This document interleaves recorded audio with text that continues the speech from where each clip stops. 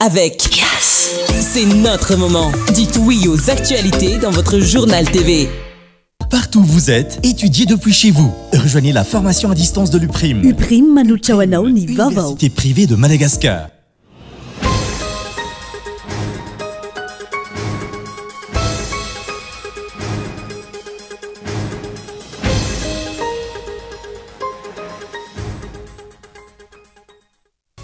Manoloana ny fantrana iainana ankehitriny very fanambola velona ny malagasy ary toa voamaika aza totofana fandemetsaina amin'ny fombankolaka sy manara-penitra tsy afa-miala amin'izany tahaka ny olon-drehetra ihany koa ny mpitandro filaminana raha ny zava-misy nojerena antoko velona sy mijoroan'ny firenena ny antoko malagasy miara-miainga hoy ny filoha nasionaly nandritra ny fiara-banatratry ny taona nataon'ny antoko ny tolakandro teo tsy maintsy arenina izay tsy mety rehetra ahafahana manatsara no avy ny firenena sy ny taranaka any aoriana sarotra ny ampandroso sy hanatsara ny ady amin'ny kolikoly raha toa ka mbola ao anatin'ny fantrana lalina ny firenena ahina amin'izao fotoana ihany koa ny korontana izay mety ho ateraky ny fifidianana natao anaty osoka sy fangalaram-bato korontana izay manome vahana ihany koa ny kolikoly mitaraina ireo tantsamo ny faritra vakinankaratra manoloana ny fiakaran'ny vidim-piainana amin'izao fotoana eo ihany koa ny tsy fisin'ny rotsakorana kapotika avokoa ny akamaroan'ireo voly eny an-tanimbary vokany tsy misy ny saraka tsaha azo atao ary raha misy aza dia melanelan'andro maromaro vao mahita ireo pikarama any ivelany tafiditra ao anaty fifanarahana fampitsaharan'ady namoaka gadra palestinianina miisa 200 androany ny fonja israelianina ho takalony ireo manamboninahitra israelianina efa bavy izay nataony vondrona Hamas sy takalonay natao bande de Gaza ireto faran'izay voatazona natao Gaza nandritra izay 770 sy 700 andro izay ny andinindin'ireo avy hatrany ary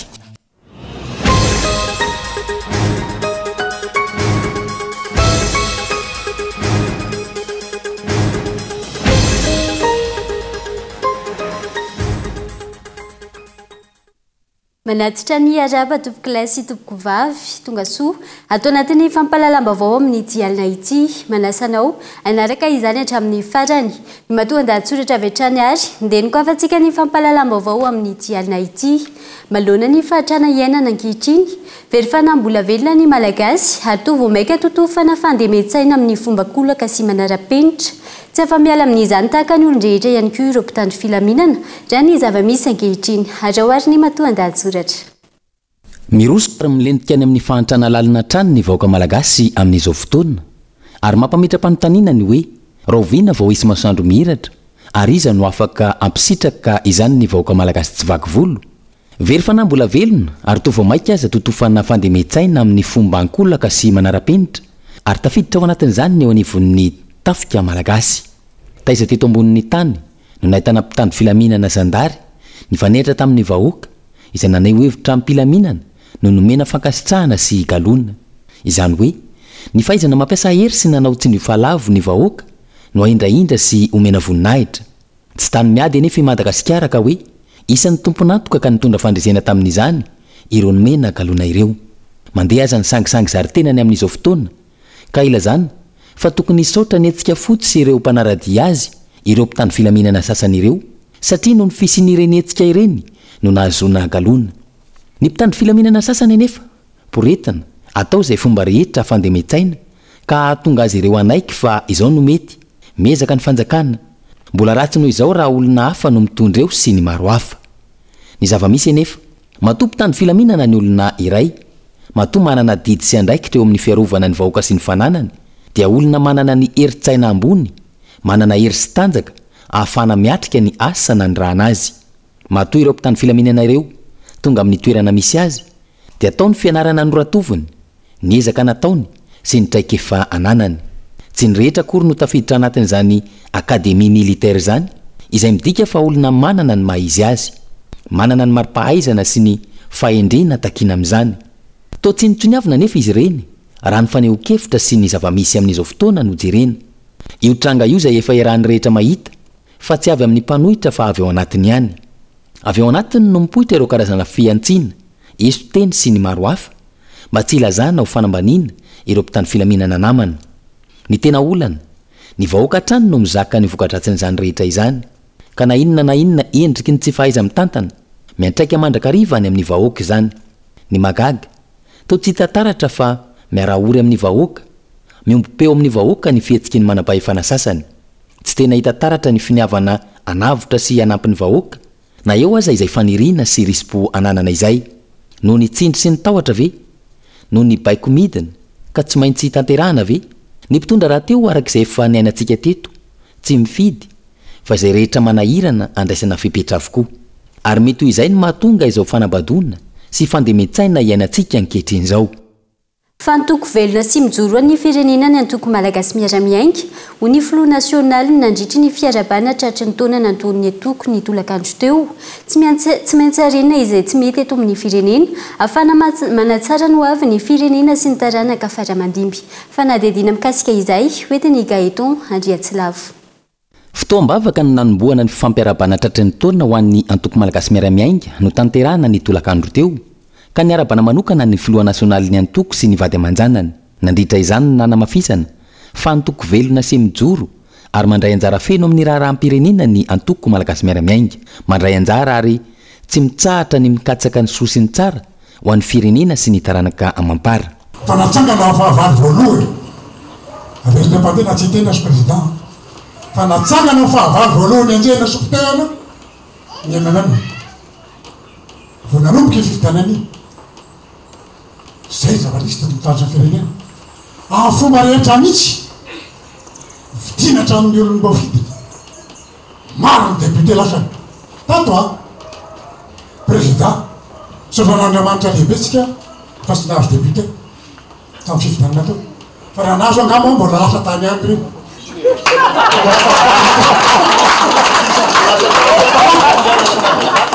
nanamafy ihany koa ny filoha nasionaly ny antoko fa manana fotokevitra ijoroany sy ny vinanasa mazava ny malagasy miara-miainga sarotiny ihany koa amin'ny fikatsahana ny hoavy mamiratra ho an'ny Madagasikara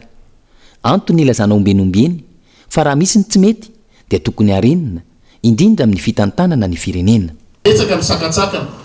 betsaka ny fanenjehana betsaka ny olana maro samihafa nandalovan'ny antoko fa tsy nampihetsika atsika zany sy nampiovantsika zany ary tsy ampiovatsika mihitsy koa na arampitso arany fa araky ny resahantsika araky ny lazaina matetika rehefa tsy mety ny atsika dia tsy mety fa tsy hoe lasa mety ho azy eo zavatra tsy mety tsy mahasoa fireneny zany tsy manavitra fireneny zany sahirana ny voaka malagasy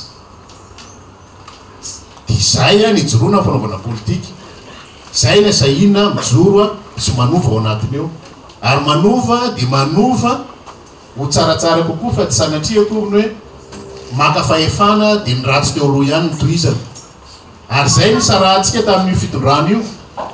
satria fieritreretana ny sasany fanaovana politika dia ny hoe anaindray zao ny tanàna torona indray zao ny eo amin'ny fitondrana dia toizanay le ratsy rehetrarehetra lazaina fa tsy nety nataon'ny teo aloha satria zay zany natao hoe fahefana sy fitondrana izay mahatonga an'ity fireneny ity ohatra zao ankoatra ny mpitarika sy ireo mpikambana mandrafitra ny birao politika ny antoko nahitana solotena nanatrika ity fifampiarabana ity avokoa ny lafivalony nosy ny antoko malagasy miara-miainga izay mbola mijoro ary manana ny maha-izy azy raha mita amin'ny antoko politika hafa nandritra izay 12 taona mahery nijoroany izay manana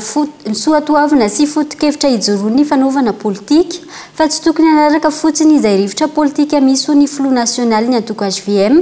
raha nanao ny heviny mikasika ilay fifidianana izay filohan'ny filan-kevitra munisipaly ho an'ny tanàna n'Antananarivo renivohitra omaly falandiadina ny sitransany be sy ny maro ankehitriny ny voka-pifidianana izay ho filohan'ny filan-kevitra munisipaly eo anivon'ny komina Antananarivo renivohitra no tanterahina omaly raha io vokatra io nahitana fanimpanolo-tsaina misy 5 lany tamin'ny antoko hafa nanoana sy ny fidin'ny Randriamamparangy ho filohan'ny filan-kevitra munisipaly izay nahazo vato 20 ity farany izay efa filohan'ny filan-kevitra munisipaly tamin'ny andro ny 9 Andriatsitoaina mila soatoavina sy foto-kevitra ijoroana ny fanaovana politika fa tsy hanaraka fotsiny izay rivotra politika misy eto amin'ny tany sy ny firenena olona resy lahatra no afaka mandray sy miaina izany raha ny fanohi-kevitra voaray tsy miteny kely akory ny conseil municipal fa za matoky reny olona matoky miditra amin'izany dia te ho any amin'ny sehatra ambonimbony kokoa izy rehefa avy eo eto amin'ity firenena ity zao sady ve anao dia ho zany mahafantatra olona mihitsy tsy androanynanarana fa de mba nijery fotsiny hoe ve zany nitolomanyty ranamanyty niaraka taminay nandritrany tam'ireny hoe lera mouvement lera sy ny sisy reny a teo foana nefa de tazany eo izy a fa tsy maninona fa zay ozy aho hoe za de anisan'ny olona mihitsy a miezaka mba hoe anatsaratsara kokoa anyzany fijerevan'ny olona fanaovana politika zany hoe mba manana sotoaviny zany manana tarikevitra zany manana ny jorono zany a fa tsy hoetiny rivotra mandehany fotsiny hoe vo milana kely a nahatin'ny sarotra tsy morany hoe manohatra eto amin'ny firenena ohatra atsika iainy anay zany potehan'ny olona ianao enjehan'ny olona ianao nitrangy zany tany mahajangy e tsy aivina trany manana mpanolotsaina 3 ny irmar 20 ny mpanolotsainy tim 7 ny mpanolotsaina anitahina razavinjoelina 3 ny anigasikara vensoa 2 ny mpanolotsaina ny indrina razanamasy ary 2 ny ani joseph martin randrianampionna na idadafara raha totaly misy 2 ny avy amin'ny antokoaf raha toka misy 3 ny mpanolotsaina avy amin'ny irmar fa sarotra ny ampandrosiana tsara ny ady amin'ny kolikoly raha mbola anatin'ny fahantrana lalina ny firenena ahina amin'izao fotoana ny sy ny korotana mety ateraky ny fifidianana natao izay tao anaty osoka sy fangalaram-bato korotana izay manome vana ihany koa ny kolikoly santatra Randrianarjon no mitatitra ny antsiprian'izay antonany maro no efa nisy rafitra napetraka iady amin'ny kolikoly eto Madagasikara tsy karitra fa tsy nandrosy nazara fa mandrosy isika amin'izany ady izany raha tsy tena fa tsy ninoty farany Madagasikara tamin'ny IPC na ny indice de perception de la corruption izay 5 monja akoatra ny tsy fahampian'ny hery sy ny fitaovana entin'ireo rafitra miady amin'izany miteraka kolikoly ny fahantrana lalina izay misy eto amin'ny firenena hoy ny teo anivon'ny Transparency International Initiative Madagasikara tsika izao tsy firenena manankarentsika misy fahantrana be ao ambadika izany tsy maintsy misy pratika izay ataoko hoe avy amin'ny kolikoly matotsika amin'izao zavatra hitantsika izao dia mbola marefo zany tsika amin'izay ady amin'ny kolikoly izay na napetraka ireo structure samihafa miaso ireo fa tsy ampy ny erananany za mety hoe tsy ampy ny ataontsika hoe na ny fitaovana na ny olana na esetra fa mbola tsy afaka miteny kosa tsika izao hoe misy fivoarana dia nahoana ilay izy samy hainantsika nge ilay izy tsy zavatra hoe dia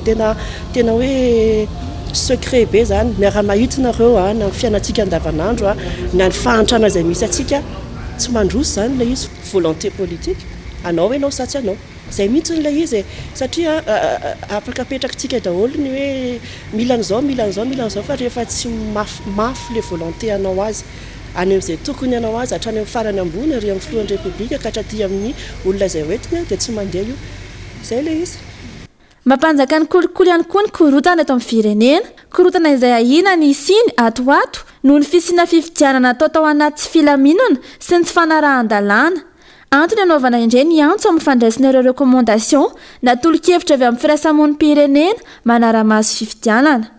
tsy dia azo lazaintsika hoe mangarahary ny zotra-pifidianana iny voananomboka tary amin'ny filoha-pirenena ny fifidianana ka hatramin'izao tsy mangarahara tsy dia manaraka loatra koa ny fiaintrany demokrasia ny fifidianana tsy natao anatin'ny filaminana sy ny fanarahan-dalàna dia miteraka korotana foana ny korotana dia manome vana ny kolikoly ny kolikoly dia mitondra ao anatin'ny fahantrana zany hoe cercle vicieux foana ihany misy atsika zany mila zavatra tokony atao amin'ny sehatra rehetra avy amin'ny mpikarakara ny fifidianana sy avy amin'ny olom-pirenena sy ny fiarahamon'ny pirenena misy recommandation samihafa izay avoakan'ny fiarahamon'ny pirenena avoakan'ireo mpanara-maso ny fifidianana ihany koa ilaina mijeran'ireny sy manaraka manatanteraka satria lasa ohatrany hoe mahazo recommandation foana nefa tsy tanteraka le izy dia mitombo eo le zavatra le olana tsy voava anadio an'le zotra-pifidianana ve tsika sa hoe inona ny tiantsika atao raha ohatra mantsika tsy anadio tsika dia ohatr'izao ihany niverina amin'ny afaka 5 taona manaraka inona moa zany ny dikany mila safidy atao zany le izy hoe tena hiady amin'ny kolikoly ve amin'ny sehatra rehetra fa indrindra amin'ny fifidianana sa hoe inona le atao mariky ny fahantrana ny kolikoly ny malagasy izay ampahantrana amin'ny lafiny rehetra potehina ny fianarana tsy zarizary ny tontolony asa ny vidim-piainana atsan-daniny tsy ametrahana politika matotra ampidinana azy raha mbola izay ny eto mbola lavitry ny kitany afo raha ny ady amin'ny kolikoly tsy ampiviana sy fahendrena ny mpitondra fanjakana ankehitriny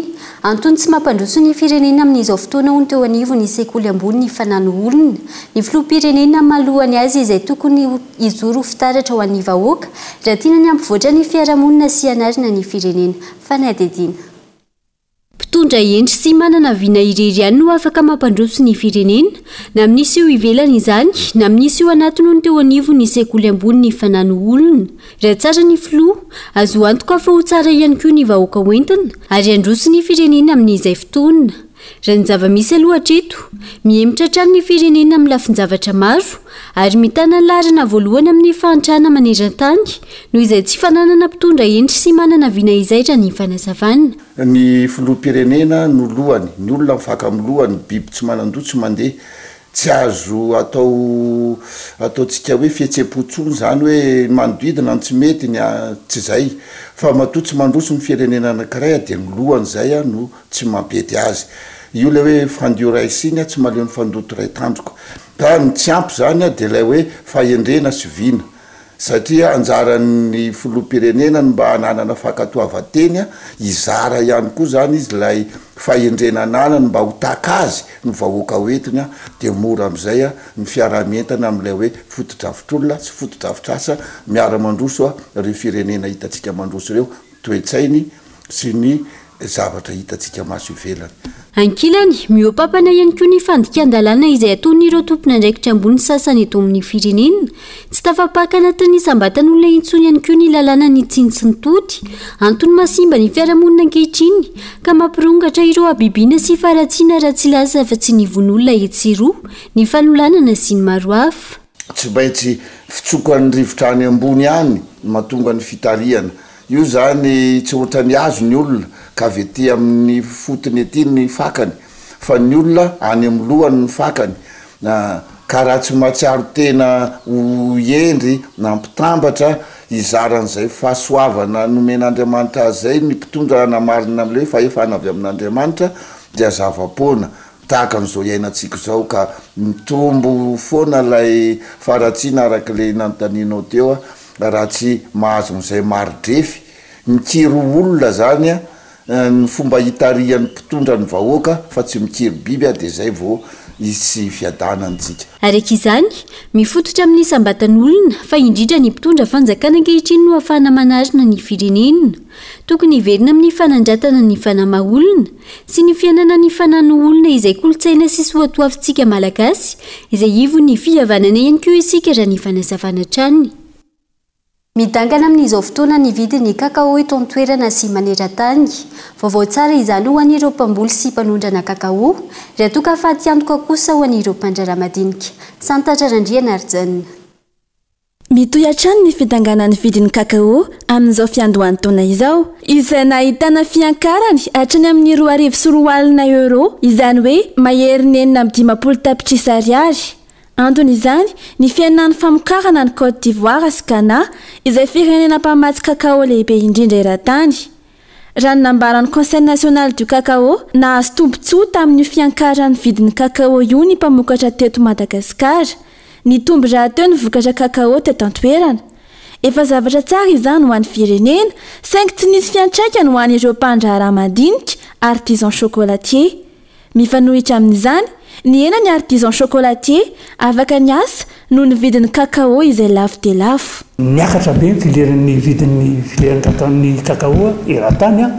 niakatra be koa eto amintsika ohatra fotsiny ameko anareo zany tamin'izay vao nanomboka efa taona lasy zay 5 000 ariary ny kiloany kakao akitria 45 000 ariary ny kiloany kakao ahoana moa ny ahafahan'reto artisan zay voaka zany ahafahany hoe mba mijery toerany amin'ny eto amin'ny famokaran'ity kakao ity zany hoe au contraire zany zavatra hitanay plus zany miakatra le vidin'ny kakao any ivelany eto toerana le artisan zay formena eto tsy dia nazo tombony akory amin'ireny fiakaran'ireny au contraire zany na hivitsy ny artisan afaka ny asa satria lafo be vidin'ny kakao ireo collecteur no tena mahazo tombotsoa amin'ny vidin'ny kakao antony mbola sarotra ho an'ireo tantsaha-mpamokatra ny mitondra ny vokatra kakao miazo ny toerana hivarotana azy ny collecteur no tonga any ka izy no mandidy sy manapaka ny vidin'ny kakao vidin'izay midangana tsy takatry ny fahefa mividin'ny artisan chocolatier manoloana izany tokony izy fepetra raisy ny fanjakana mba hahafahan'ireo artisan chocolatier misitraka izao fivoaran'ny filiara kakao izao. Mibahana loatra tamintsika ny fanondranana ka tsy voajery ny lafin'ireo mpanodina eto an-toerana. Noho izany tokony jerena ny anodinana eto aminatiny aloha ny vokatra kakao. Tokony atokana ny ampahany amin'ny vokatra kakao ho an'ireo artisan chocolatier ahafahan'izy ireo miary. Mitarena aminay izy ireo hoe tokony isy ozy izy ary raha maniry tokony isy zany fepetra kosa mba raisin'ny fanjakana mba ahafahan'ireo artisan manana izy ahafahan'ireo artisan zany miasa ahafahan'ireo zany manana ny toerany amin'ity famokarana développement ty filière kakao ty. Zavatra hitanay zany ny aondrana foana zany no apiny eto Madagasikara. Nao zany raha ohatra tokony izy tokony ezaka amin'izay zany tsika eto Madagasikara hoe ento ny transformena ko izy ireny fa tsy maika foana hoe anondrana ndreo zavatra vokatra eto atoerana. Tokony izy amin'izay fepetra raisy ny conseil national ny kakao na raisy ny fanjakana mba izy kosa atokana ho an'ireo zay artisan eto atoerana mba ahafahan'ireo amin'izay miasa ahafahan'ireo mivelona tahaka ny olona rehetra. Ia tokony samy manana tombontsoa daholo zany ny olona rehetra ao anatin'ny filerany kakao. Tsy ny eto Madagasikara ihany nahitana fianana ihany koa maneran-tany ny tany kakao nahodina noho ny alafon'ny vidiny araka ny tarehimarika azy ho an'ny taona lasa teo. Ho an'ny Eropa araka ny tatitra farany navoaka ny fikambanana Eropeana momba ny kakao ray faingo 2.7 tapitrisa taona no ho an'ny kakao nahodiny mpanjara nandritry ny taona lasa. Isa izay farany ambany indrindra hatramin'ny taona 2024.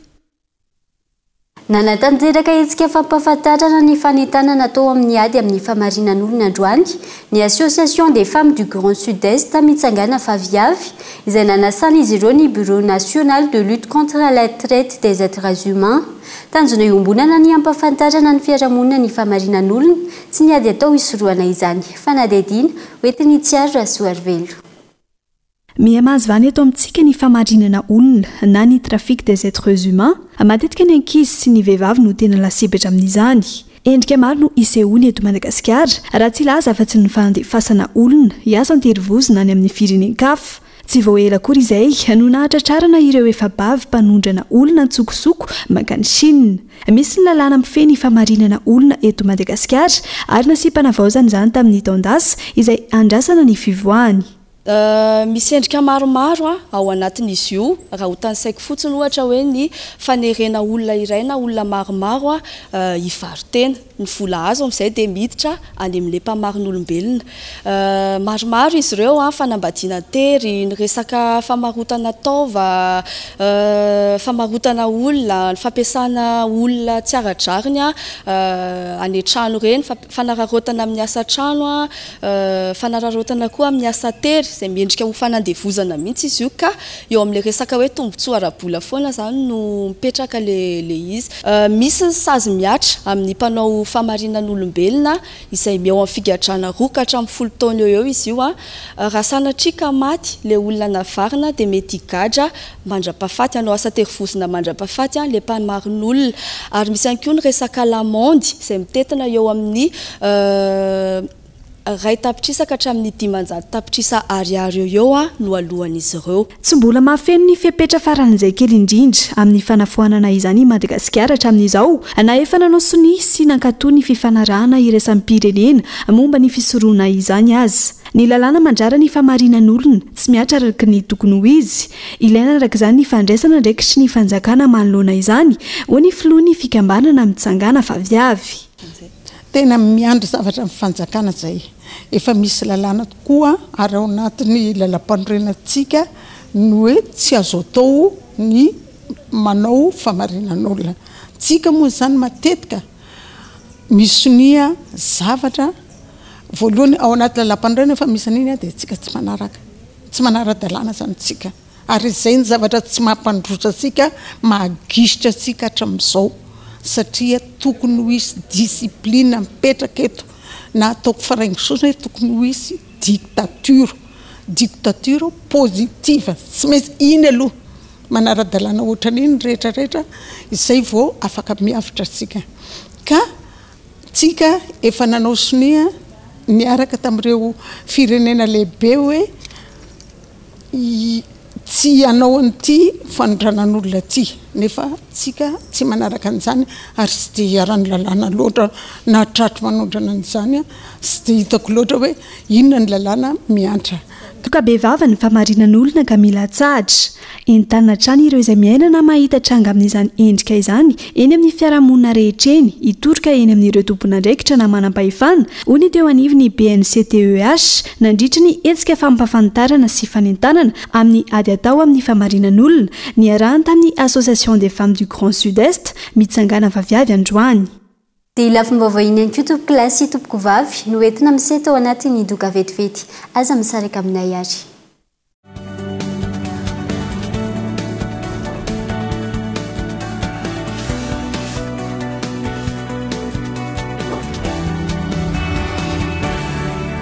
UPRIM, Université privée de Madagascar. La formation à distance de l'UPRIM, pratique, fiable, efficace. Étudiez à votre rythme, où que vous soyez et quand vous voulez. Vous êtes en quête d'une promotion professionnelle? Vous êtes fonctionnaire visant un reclassement? Vous pouvez travailler et étudier en même temps pour viser votre diplôme à travers le téléenseignement de l'UPRIM. Licence, Master 1 et Master 2. Habilité par l'État jusqu'à la 5e année et reconnu par la fonction publique jusqu'à catégorie 8. Encadrement innovant via une plateforme numérique permettant un regroupement en ligne avec interaction, droit, communication, gestion et management, commerce et marketing. Alors, partout où vous êtes, étudiez depuis chez vous. Rejoignez la formation à distance de l'UPRIM. Inscrivez-vous à l'UPRIM la plus proche de chez vous. L'inscription peut se faire également à distance. Contact 020 85 215 03 034 11 215 08. Investissez dans une valeur sûre. Choisissez UPRIM.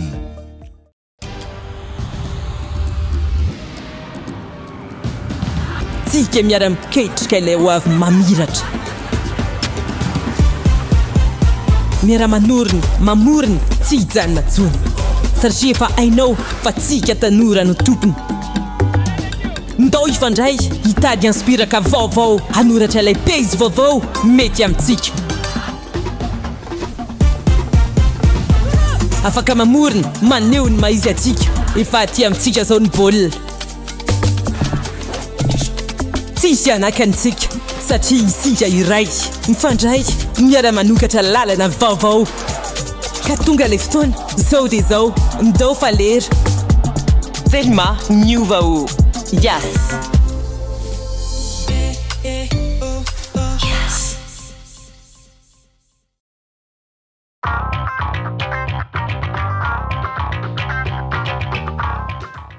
ety ampivarotra voatokana ihany no mividy vito gazy salama daholo e le maitsy ihany ty eny amin'ny toeram-pivarotana voatokana ihany mividy gazy sy aksessoara ilaina le ahitana nytony présentoir tony no ahafantarana azy misy karazany araka ny filan'ny mpanjifa ny habean'ny botay vito gazy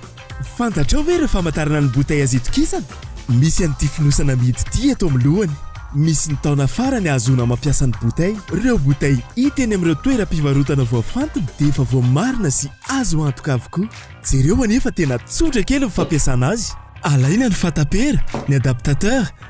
ny tête de sourdine ary ny sourdine atambatra ny adaptateur sy ny sourdine avy eo apetaka ny tête de sourdine dia mahazo brûleur tsika esorina ilay finosana plastika amin'ny botay izay mampiavaka ny vito gazy avy eo dia atsatoketo les brûleur somary bataina kely amin'ilay brûleur amin'ny botay ahafahana manamarina fa mitsatoka tsara apetraka fotsiny avy eo ny fatapera atodika makany amin'ny sary famantarana afo miloko mena ny détendeur ahodina makany amin'ny ankaviany reglette dia arehitra ny afo dia atokona ny sakafo mazotomana miaraka amin'ny vito gazy tandrovo ny fahasalamanao amoray ny fiainanao ndao ampiasa gazy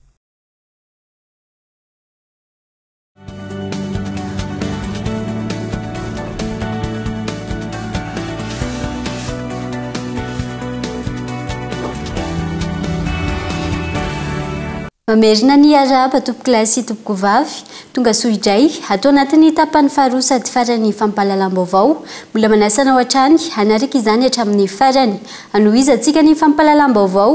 mitaraina manoloana ny fiakarany vidim-pianana amin'izao fotoana ireo tantsaho amin'ny faritra vakina karatra tsy ampina tsy misy ihany koa ny rotsakorana ka potika avokoa ny akamaroany ireo voly eny an-tanimbary vokany tsy misy nitsony saraka tsaha azo atao na misy aza dia mila nelan'andro maro izany ka maro amin'izy ireo no mandro fotsy raha ny fanadihadiana kolo Antsirabe.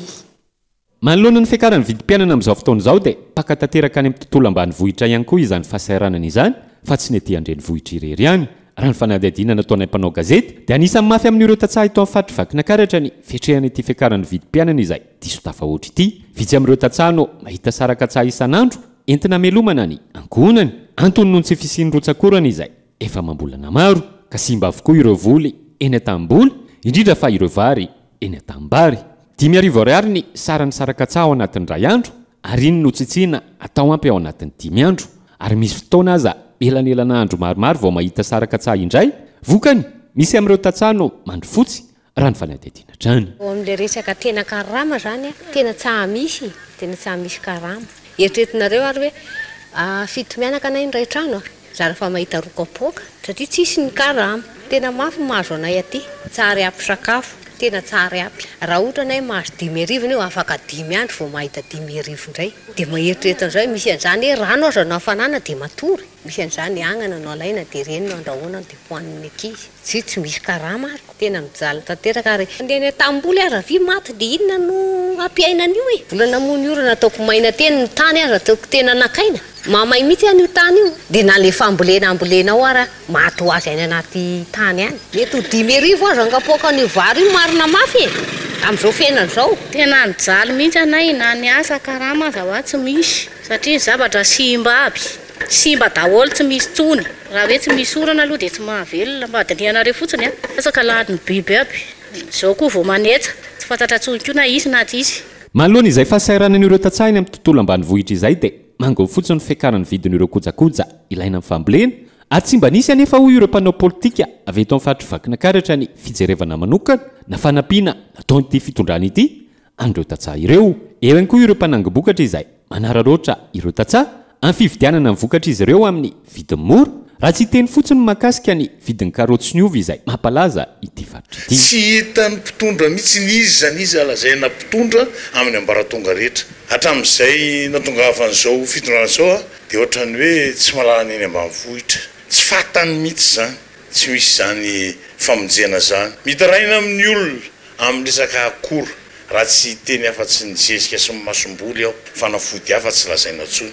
tena efa tsy takabidy efa tsy afaka manao ninina intsony ny any ambanivohitra any ka tokony hojerena akaiky ny vokatra nefa izay mboka kely misy ataon'ny olona vidy mora dia tena tsy maleno sara ny vidiny. Raha io resaka karoty io fotsiny raha miala any amin'ny tatsa io vidindra raha tsy mihoatra ny 1,000 kilao tonga andrenivohitra io tsy mahamenatra azy mihitsy miteny an'io hoe 500 sy 2,000 3,000 500 sy 3,000 zany rehetrarehetra zany dia atao iza zany no mikoka mamy ao anatin'le izy zany no tokony tapahany zany no tokony horeseny zany. Araka izany dia azo lazaina fa miaina ao anatin'ny fahasahiranana tanteraka ireo tantsaha eto amin'ny faritra vakina karatra amin'izao fotoana izao indrindra fa tsy fahampiany rotsakorana sy ny fampitehan'ireo voly izay ametram-panontaniana ny vokatra izay ho avy eo. Lehilahy iray nitondra motonina ratra mafy teny amin'ny Marimasay tolakandro teo raha ny fitantarany ireo nanatry maso voadona ny fiara tsy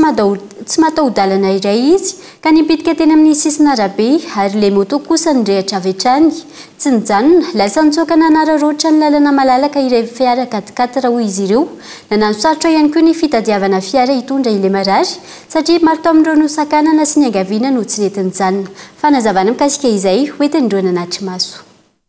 Hita le accident zay dia nakasisiny zay dia nijanona olona namonjy fahoriana zay riny tomobile ray ary aloha ary dia tiany aty ariny dia lasa maharisy ary dia zay lasa tratra tampovoany hitanao le lalana malalaka be le lalana dia taotra zay ato aloha le 4x4 zany tao aloha domy le 4x4 avy eo aloha izy dia to dia nitrongisina tonga dia nandeha nitrisina taty dia zay voatery zay tsy maintsy makasisiny dia tsy maintsy nakasisiny janony zay tonga dia lasa mifofofo nandeha tsy nijanona tsony fa tonga dia le lalana malalaka be dia lasa izy tsy nijanona teto tsony izy raha ohatra hoe misy embouteillage dia mety tratra ihany izy fa le lalana manko malalaka be misy avantage antsirany dia tonga izy dia nitsirika na numéro 1 ary tsy azonay koa ny numéro 1 eloka be vava zany eloka be vava misy zany tsy tokony andositra mihitsy eo anatin'izao accident zao fa reto a no nifahitan'le accident dia nafa tonga ndeto mijanona eloka be vava anatin'ny lalana mandositra fa fihetsika mahazatra ny olon-drehetra ny mitondra marary any amin'ny toeram-pitsaboana na miantso mpamonjy voana rehefa sendra ny loza tampoka tahaka ireny raha ny fanazavan'ny mpitsapo misy ny geste de premier secours na ny fihetsika vonjitaitra tokony atao mialohany izay fanapa-kevitra izay dia arahantsika ary ny fanadihadiana sy ny fanazavan'ny mpitsapo mahakasika izay olona mihoatra ny 707 no namoiny ainy sy nitondra taketra avokatra ny lozam-pifamoivozana raha ny atotanisa farany taona 2024 raha tsy mamoiny ainy avetrany abetsaka ireo tonga eny amin'ny toeram-pitsaboana vao maty antony zany raha ny fanazavan'ny mpitsabo ny tsy fahaizany vahoaka ireo fihetsika vonjitaitra manoloana ny loza miatra akoatra ny lozam-pifamoivozana matety mpitranga ny loza miseho eny anivo ny toeram-piasana sy ny eny anivo ny fiarahamonina eny tsy mbola hainy akamaroany malagasy ireo karazana fihetsika vonjitaitra fanao eny an-toerana misy ny loza raha misy loza miatra tahaka ny hoe accident de la route na accident de travail na ao an-trano dominy ao an-trano ihany ary dia tokony fantatra ny vahoaka ny fihetsika izay tokony atao malaky indrindra dia ny zavatra tena mampalahelo a dia izao a ny any malagasy dia nitondra n'le olona any amin'ny hôpitaly ihany tena mahamaika azy raha ohatra ka misy olona mianjery midomina moto ohatra dia mpitaingina moto izy a dia nikapoka tamin'ny goudron dia nikapoka tamin'ny sisin-dalana dia rehefa jerevanao izy eo a tsy mahatsiaro tena dia tena zavatra tokony ho atao dia zao tsy kasihana mihitsy aloha io olona io ao anatin'ny 3 minitra fa avela izy amerina ny sainy zany hoe raha mety hiverina ny sainy dia miverina ho azy sy tonga saina ho azy izy dia ianao amin'izay fotoana izay mijery hoe misy naratra ve sa nisy tapaka ve nitolana sa misy raha mandeha mafy be takina ary zava-dehibe araka izany fampiofanana ny olon-drehetra ireo fihetsika maika tsy maintsy atao manoloana ny karazana vona miseho tokony ahaizany avokoa ireo any an-tsekoly ka hatrany amin'ny sehitry ny asa mba mangataka isy fampianarana mihitsy momba ny fandraisana tanana ny olona tradosa toy ireny fa apetsaka ny olona tsy tokony faty nefa maty sekoly dia tokony misy ny atao hoe sekoly fanabeazana fototra dia tokony ahay an'izany daholo a ny vahoaka malagasy rehetra any an-tsekoly hoe zao ny fomba atao amatorana fery raha tapaka le olona tsy hanao korona merina le tapaka fa fatorona fotsiny izy a tsy anindrona atao vanana na anindrona lalandra le tolana any ampianarana dia tokony efa fantatra zany isaky ny ambara tonga dia tokony lalina zany fampianarana zany a mba ahaizany vahoaka rehetrarehetra hoe zao a ny fihetsika tokony atao ilaina ny fandraisana ndraikitry ny mpanatry maso manoloana ny loza mitranga endrehetreny tokony hialana ilay toetra mandositra sy tsy miraharaha hoiatra ny mpitsabo hatreto aloha dia ireo skota mpamonjy voina mpitsabo sy ireo karazan'olona no mahazo fanofanana mahakasika izany eo amin'ny maresaka iraisam-pirenena kosa indray tafiditra anatin'ny fifanarana fampitsarana ady namoaka gadra palestiniana 900 isandroany ny fonja israeliana ho takalon'ireo manamboninahitra israeliana efa bavy izay natao ny vondrona masa takalona iny natao bande de Gaza ireto farany izay voatazona natao Gaza nandritra izay 770 andro izay dia ny maresaka iraisam-pirenena iny any koa tompoko lahy sy tompoko vavy no manakatona ny fampalalam-baovao tamin'ity alina ity hankasitrana feno ianao nanaraka izany hatramin'ny farany feloma tompoko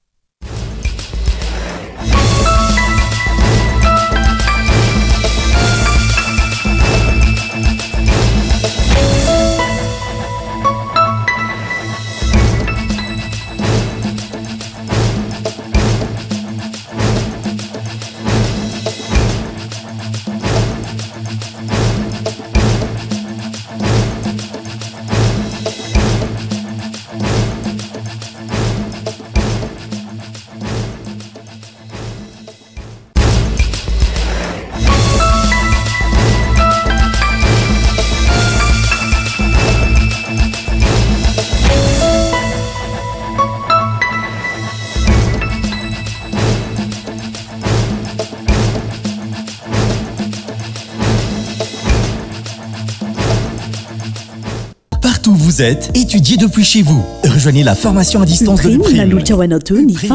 Université privée de Madagascar. Avec Yes, c'est notre moment. Dites oui aux actualités dans votre journal TV.